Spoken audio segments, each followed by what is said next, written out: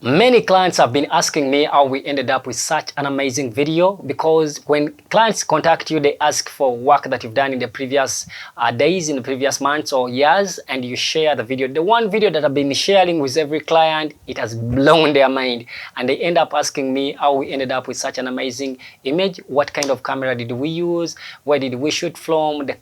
What type of lighting did we use? In this video, I'm going to break down each and every set that we did, and trust me, you'll get value out of this video. So make sure that you stick around till the end of this video. And if you're new here, consider subscribing to our channel, because this channel is here to help you to grow as a content creator, as a filmmaker, and to earn some good money out of your craft. So what do? We give out tips and even help you to understand the money matters as far as filmmaking is concerned. So if you're interested, let's jump right into the video and get to understand how this video was done. Voila!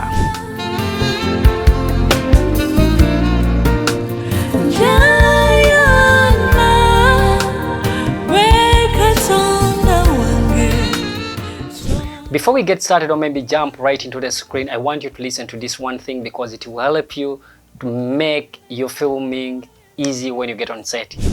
When people have reached, everyone is there, the artist is there, and every person that is supposed to be in that video has signed up, has reached. Make sure that you bring them together and you brief them. By brief, I mean communicating what you want them to do, or maybe what they expect from you and what you should expect from them. One thing that I always don't forget is to tell them that this set has only one director, so I don't expect anyone to direct or maybe to tell the artist what to do, because I see so many people making a mistake when they get on set, especially those ones who have been on set for the first time, or maybe they have been on sets and those sets maybe the director didn't know this. But when people on set, I tell them that this set has only one director. So when you hear, I just want you to watch. If you want to advise the artist, or maybe tell them, well, more energy, dance more, do this, put on a smile, I don't usually entertain that. So I communicate that straight away, that if there is something that you're seeing that is not going well, make sure that you communicate to me. But I don't allow anyone to talk to my artist when the camera is rolling. That is one thing that I don't usually forget. And another thing that I tell the group there is that, guys, we are here, and when you're here, make sure that at least you talk to me when you're going to move out, especially those ones who are going to be part of the video. Make sure that whenever you want to move somewhere, communicate, because this has delayed us most of the time. It is time to shoot maybe the dancing crew, and the dancing crew has been there waiting. When it is their time, again, they have moved out, or maybe they have gone to get some eats, stuff like that. So I always tell them that whenever you want to go somewhere to get something, even if you're going for short call, maybe other stuff, make sure that you communicate to me, because this has helped me a lot not to waste a lot of time when I'm on set. So those two things, make sure that you communicate them clearly before you roll the camera. Hope that was cool. So here we are on the screen. So we're going to go through this video and I show you guys exactly how this video was done. I'm using Photoshop because Photoshop is very easy for me to do, to use the blush and illustrate each and everything that I want to tell you guys. So we're going to start from where we started from set 1 to set 2. In fact, we had only 2 locations. It is where we did this video from. We had this setup that you can see right here from the church. This was a church. And then we have this setup right here. This is one location, but it was shot from different areas, but still the same location, as you can see. We have this one, and then that one. There is another setup. First, hold on a bit. There is another setup right here. There, in the pool.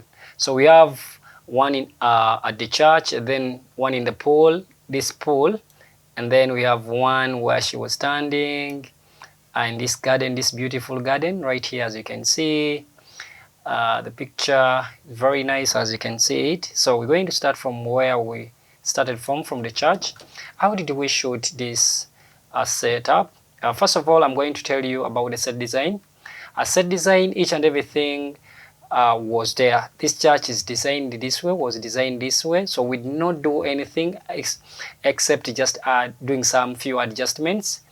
Pulling things from here and there so that we make our set look the same. You can see we did not even remove these pulpits or stands. We didn't remove them. The speakers remained right here because we wanted to have a feel of a church, like an artist is performing from the church. That is what we are going for. For the sake of the lighting, we did some adjustments here because in the background, here as you can see, there is a light right here. Here there are like two lights. We have the red light, and even this light was changing the light. These are cans, this type of light. So it was lighting the background because initially when we were filming, I saw that the background was very dark, so I had to do something here at the background so that I get each and everything lit. Because sometimes when you lighting, you have to make sure that your background is not all that dark. Maybe if it is what you were going for, but it was not something that I was going for. You can even look right here behind these drums. I had a light inside the drum here so that it can lit this background to make our picture look beautiful, and even lighting this cloth here that it was hanging from up. And even there is actually here I never had a light, but I wanted one more light. I wanted one more light right here, but the light we had were not all that enough, so I just add one light right up here to light to make my subject lit. You can even see the shadow, the way the shadow is falling off. It shows that my light was up here. So I was using SL. I was using SL60 up here, and I just added some practicals right here to make my background pop out, and that was how this set was done. And I had to make her to sit. First of all, we wanted her to stand, but this keyboard was a little bit not all that. It was not coming out well for us, so we had to make sure that she sits down like that. And then from there we moved on to another setup, still from the same location. From the same location where she was standing up singing, you can see right here. But let me go for a wide shot right there. Let me look for a wide shot that does not have the titles. Yep, you can see. What we were doing actually here, we did a few takes. She was standing in the middle here, then we changed her here, and then she was even right here. Because at the end of the day, what I wanted to have during the post-production, what I wanted to have was actually to make sure that she was moving from here to here to here, to have that illusion, that a ghost effect where someone disappears, appears, and disappears, stuff like that. So it was done intentionally so that I can make my subject to disappear and appear. If you can maybe look here at the end, can you see this? She's right here, as if she's appearing at the same time, but we did these takes differently. This was a take, and this was a take. So in the post, we just combined all these three takes and then make it look like this. But the reason why you can achieve this, actually, if you want to achieve this ghost effect, you have to make sure that you first shoot the entire scene minus any character or maybe the subject. And then you put the subject in different positions. And when you're going to edit, you make sure that the scene or maybe the setup without the subject or the artist is laid below, and then these other ones are laid on top. And then you can just cut or maybe mask out where the artist is, and you end up having this kind of effect right here. Okay, so the next one is this, the backup artists. As you can see, looking beautiful right here. The wardrobe, actually talking about the wardrobe here, the wardrobe is very, very, very important because he had different clothes. We had not communicated before, but it is always good to communicate with the artist to tell them what you need, because when you're meeting the client or maybe the artist and then you present your treatment or maybe the script, that script has to cover all the wardrobe colors. Basically, me, what I do, I send them the color palette, because that color palette can help them to know what kind of colors I'm going for. But for this video, we did not communicate. She didn't tell me the colors, but trust me, each and everything worked out. When I looked at all the pieces she has brought, I decided that this would work better for this scene because it was a little bit glittering, which makes her to stand out from the background, because the background was a little bit darker. So I had to go for this wardrobe right here. Okay, so the artist, rather the backup artist, actually, they looked so amazing. They were wearing white and then the sky blue half coats. Are they called half coats? Yeah, coats. Okay, coats or jackets, maybe something of that kind. So this setup, how we did it right here. This one is very simple. Actually, it is not hard, but we had to adjust some lights for them. I had to move the light up here, my SL, because remember I was only using one light. It is only one light that I was using. Then other lights were presented in the church. Now, like here, we had some lights from up here, and all these lights were bluish. As you can see, the bottom here, it is all lit in a blue color. Just because these lights that are coming up, we decided that we should have them in blue color. And for this, for the lighting of these three, I just put my light up here, my SL60, so that I can light their faces this side. I always want a light that way to make this side a little bit pop, and then to add a fill light that is a little bit dimmer than the key light. As you can see, this kind of effect. This side is well lit, and then this side is a little bit darker. It was a small light from this side coming up so that it can fill up the shadows, and we don't end up having black when the skin is completely black or maybe dark. So that is what I was going for. I had a light from this side and then another light from this side. I did not have any light, any front light. I didn't do the front lighting. And then up here, still our blue lights were up, still doing its work up there. So that was our first setup. Let me take you to our next location and I show you how we did it, and then we call it a video. But guys, hope you're getting some value out of this video. Make sure that whenever you reach there, take your time to film and get many shots as you can. Unfortunately, we never had the time. They gave us only 1 hour in the church so that we can film and finish up. So everything that I was doing, we did it in a rush way. 1 take, 2 takes, 3 takes, and we move away.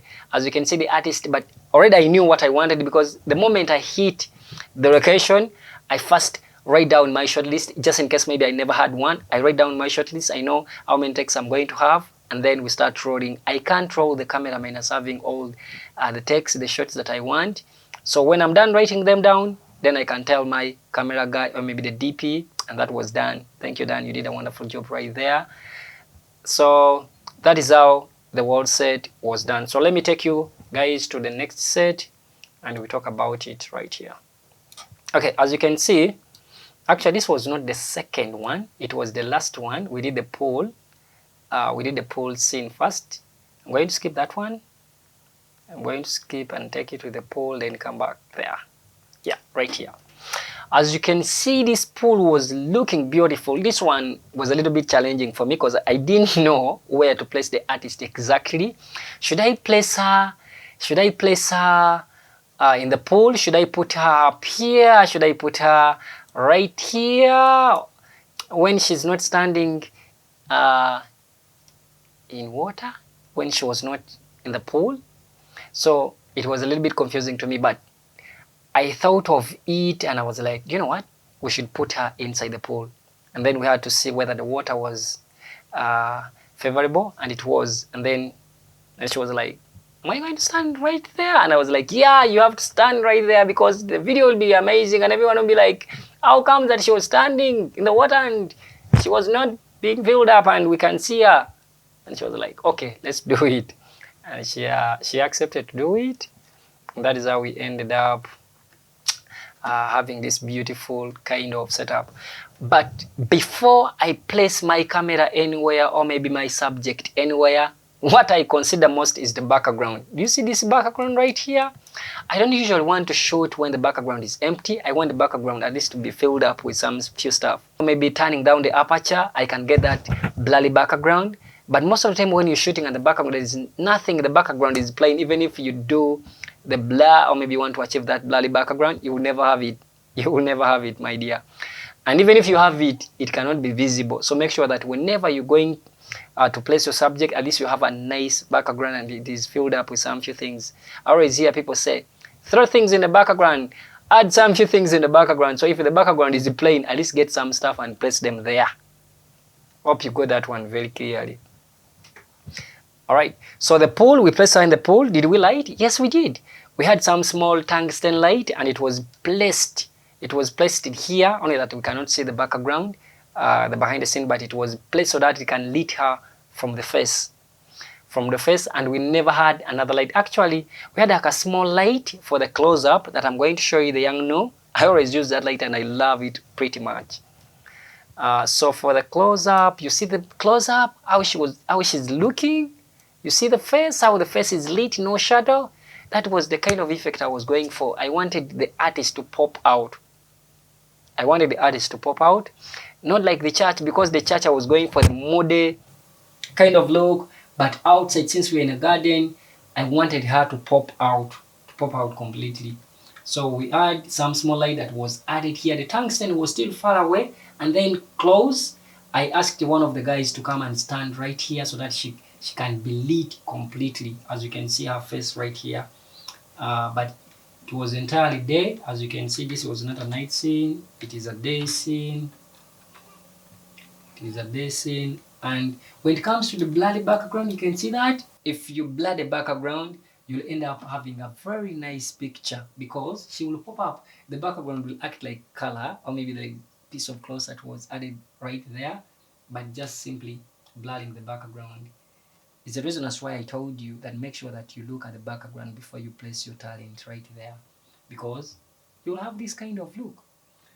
Hope you got that tip. And if you don't know how to do the blurry, maybe you can leave a comment down below. I'll go through and help you guys how we can achieve such a look, because it disturbed me too, and it disturbs many of my friends, and they call me all the time, how do you end up with a blurry background? And it's a matter of turning the aperture down. You just turn your aperture down to the smallest number and make sure that the focal length is, or maybe if I use the focal length, you'll be somehow disturbed. But make sure that you zoom your lens. If it is a 135 or 200, zoom it maybe to around 100 plus, and then you turn your aperture down and go close. You'll have such a blurry background, trust me. So when I'm filming, most of the time I always start with a wide shot, then I go in for a close-up, then after we do handheld, just in case maybe I'm going to have like 2 takes or 3 takes. Then I start with a wide shot, a close-up, then handheld last. I don't do the handheld first. I see so many people today when they're doing music videos, they use a gimbal throughout. If you use your gimbal throughout, maybe that is what you're going for, but most of the time you lose out stuff especially when you're going to the editing part. The camera person will move, and maybe you wanted a face, or maybe to show the impression, but the camera was being pulled away, and you will not have such a shot, you will miss it. So I always make sure that even if I'm going to have a movement, the camera is going to be moved maybe on a gimbal or handheld, I always make sure that I have some stable shots or maybe static shots, because I always want to see the artist coming out, not only showing the movement of the camera guy, how he's talented, because these days it is very common.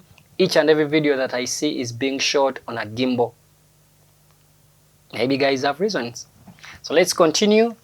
With our setup. So in the pool, that is how we did it. The lighting, we had a tungsten light, that tungsten 1000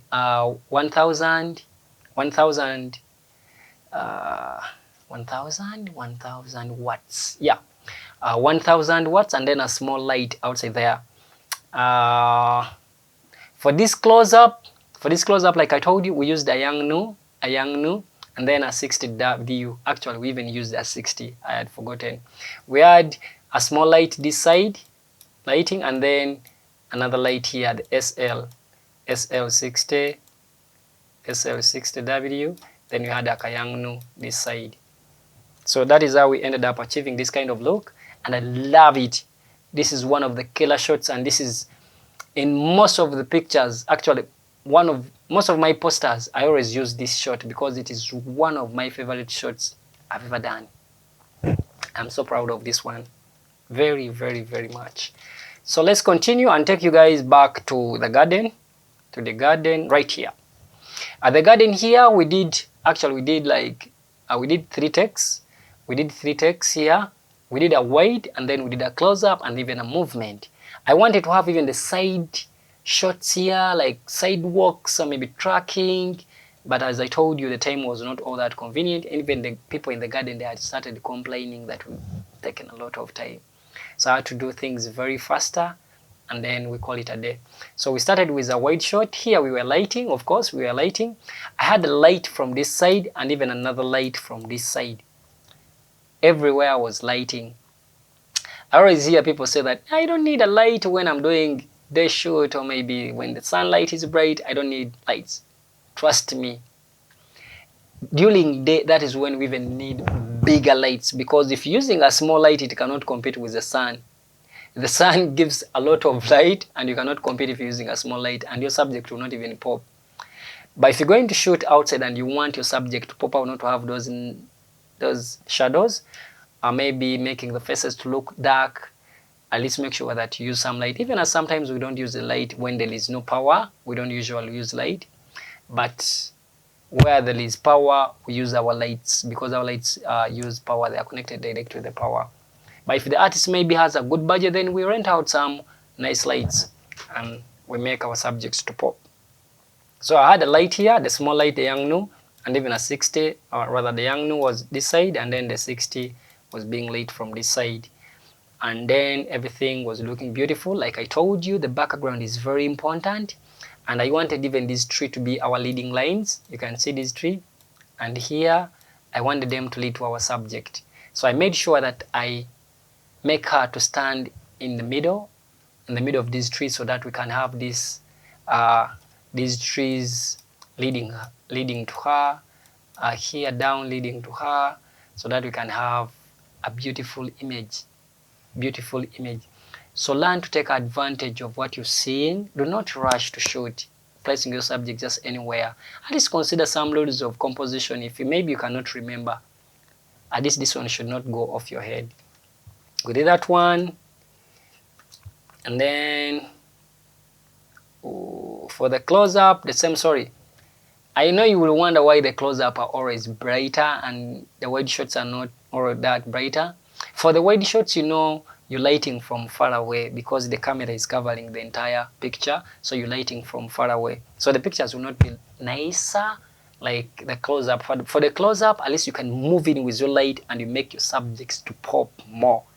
Because the close-up, this is the shot that serves the artist, even the actors. We always tell them this, that make sure that at least you pull off whatever you got, what your mama gave you, because this is the shot that sells you. If you're an artist and you're listening to me right now, make sure that at least you put that into your head. So here, she was doing her thing in a close-up, and I tried it to blur, but not so much, because I liked the colors of these trees. So I didn't want to blur so much, so that I can have at least some colors of this natural tree. And I love the dress, the red. Why did I choose the red? Of course, the primary colors, the green, blue, and red, those colors always match. For the red, if red is placed in green, of course, red would stand out. Why not white? Still white can work, but we overuse the white everywhere. So for this time round, I chose that she should put on our red dress, and it worked. It worked pretty well. And then still in the garden, I just made these people to sit. As you can see, we had their wide shot, well seated. You can see the background right here. It was the road. I don't know whether you can see, guys, but it's loud. But why did I want that one? Because I wanted my eyes to go through. I don't want always my eyes to be blocked by the background. I don't usually want to place the subject near the background, because I want my eyes to move through the entire composition, or maybe the entire shot. The eyes are not bored when they keep on moving through. So I did this intentionally. If you're going to keep your eyes here, you can see there are some things that are moving in the background. Of course, those were cars we are passing by, but I did that intentionally. So here they stood, and I was doing a close. Actually, this was a moving shot going through them, because there are very many. So we just did a moving shot. We did a moving shot through them, so that we can save some time. feeling the music. It was a movie, it was a moving shot, and it was done handheld. Guys, that is how the video was done, each and every set. I've tried to do my best to break down each and every set. Maybe if there is something that was not clear, still leave a comment down below. I'll make sure that I go through each and every comment and answer. Maybe making another video specifically for that. So guys, if you're new here, consider subscribing to our channel, because this channel is here to help you to grow as a filmmaker and to earn some good money out of what you do. Because if you're not earning some good money out of what you're doing currently, you'll end up leaving or maybe looking for another job. So why not to help our friends to know how they can make money from what they are doing? So if you're new here, consider subscribing, like the video and share. And if you're a gospel music minister located here in Uganda, this is a channel for you, because we've decided to stand with gospel ministers to help them shoot music videos with what they have in their pockets. Because we know music or gospel music is not a business. This is a ministry. So we are here to stand with you. It's the reason that's why we've designed so many offers. Every week we are giving out one music video. And if you want to become a member of VideoServe, you know what to do. Just simply go ahead and reach us on those numbers you're seeing running on the screen, or maybe in the description. We shall contact you and tell you more about it. Just in case maybe you want to know more about VideoServe, still go ahead and leave a comment down below. I'll read it and answer. Thank you for watching the video till the end. As always, the kingdom of heaven is near, so what we have to do is to repent. See you guys. Bye-bye.